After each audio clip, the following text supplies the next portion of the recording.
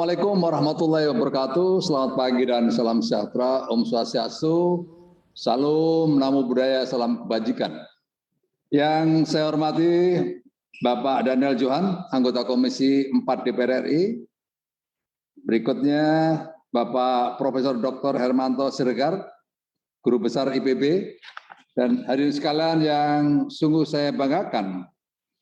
Pada kesempatan ini kita patut bersyukur kepada Allah SWT, Tuhan Yang Maha Besar, karena di tengah-tengah pandemi kita masih diberikan kesehatan lahir dan batin untuk bisa berbuat yang lebih bagus lagi kepada bangsa dan negara.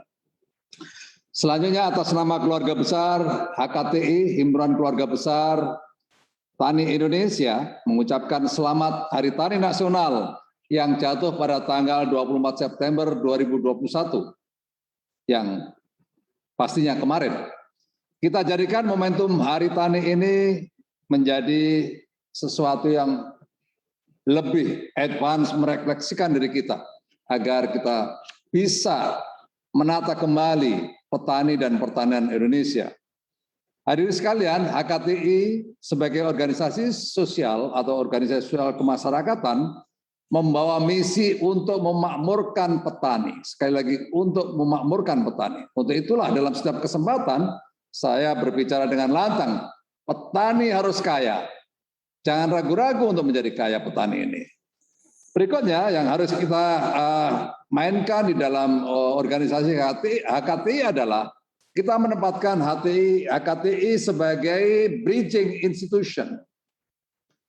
Himpunan Kerukunan Tani Indonesia sebagai bridging institution, di mana HKTI harus mampu sebagai sebuah organisasi penyembatan terhadap semua stakeholder, baik kepada pemerintah, baik kepada perguruan tinggi, baik kepada lembaga-lembaga riset, yang pada akhirnya semuanya itu ditujukan untuk perkembangan dan perbaikan kehidupan petani dan pertanian Indonesia. Itu yang pertama. Yang kedua, kita menempatkan HKTI sebagai mitra strategis pemerintah yang kritis.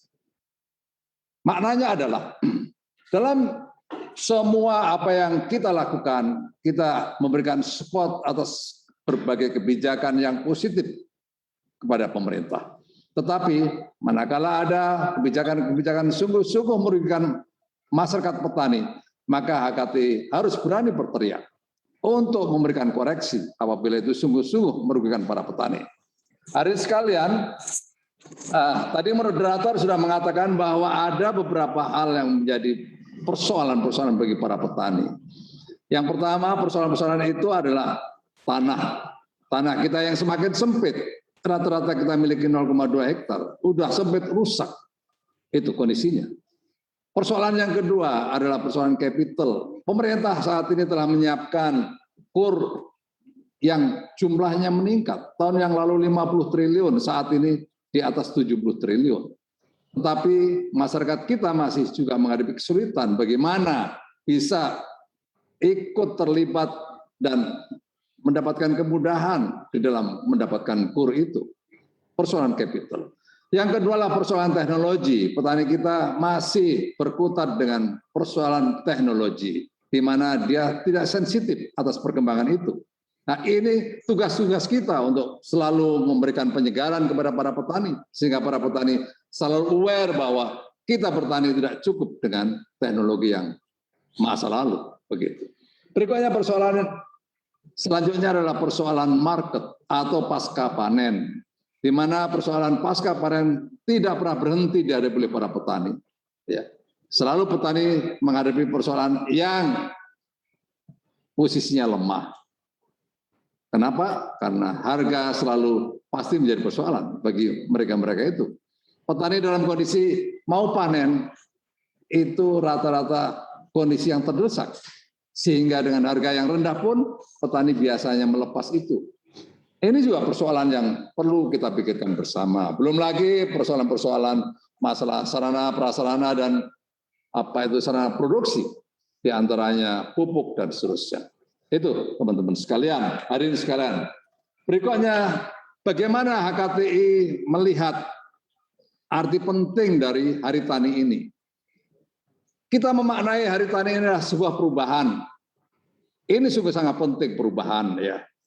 Apa yang dimaksud dengan perubahan? Bagaimana kita berpikir ya bisa memaknai pertanian. Bertani tidak sekedar hidup atau bertani untuk kehidupan. Itu sebuah pilihan.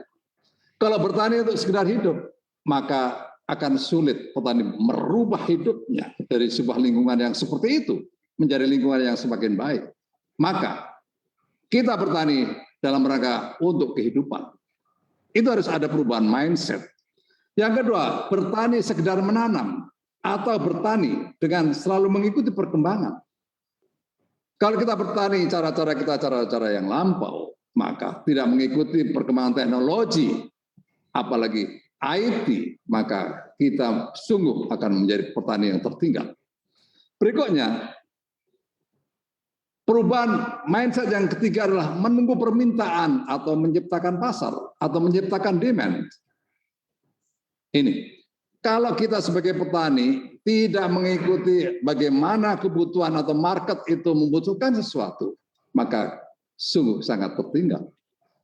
Sebagai contoh, ya, saat ini telah tumbuh berkembang apa itu yang namanya bunga, ya bunga yang saat ini ada aglomena, berikutnya monstera, itu adalah permintaan pasar yang harus dijawab, dan itu berasal dari kita mampu menciptakan pasar. Nah, itu persoalan. Apakah kita hanya mengikuti perkembangan yang ada, ataukah kita mampu meng-create pasar? Ini bagi para petani sungguh sangat diperlukan agar setiap saat petani itu bisa mengikuti perkembangan market dengan baik. Berikutnya, perubahan, memaknai serba baru, yaitu dengan cara-cara berpikir dan metode baru. Ya. Cara berpikir lama itu menjadi referensi, tapi cara berpikir baru itu sebuah kebutuhan. Ini yang diharapkan oleh petani dalam menghadapi perkembangan yang tidak bisa diabaikan. Itu beberapa hal yang kita ingin sampaikan, ingin saya tekankan agar para petani bisa memaknai Hari Tani ini menjadi sebuah perubahan yang dasar ke depan, sehingga juga ada perubahan nasib petani ke depan yang semakin baik. Demikian, terima kasih. Singkat, wassalamualaikum warahmatullahi wabarakatuh. Untuk informasi lebih lengkap dan berita terkait, klik link deskripsi. Dan jangan lupa juga untuk download aplikasi CNBC Indonesia yang tersedia di Play Store dan juga App Store. Jangan lupa subscribe ya.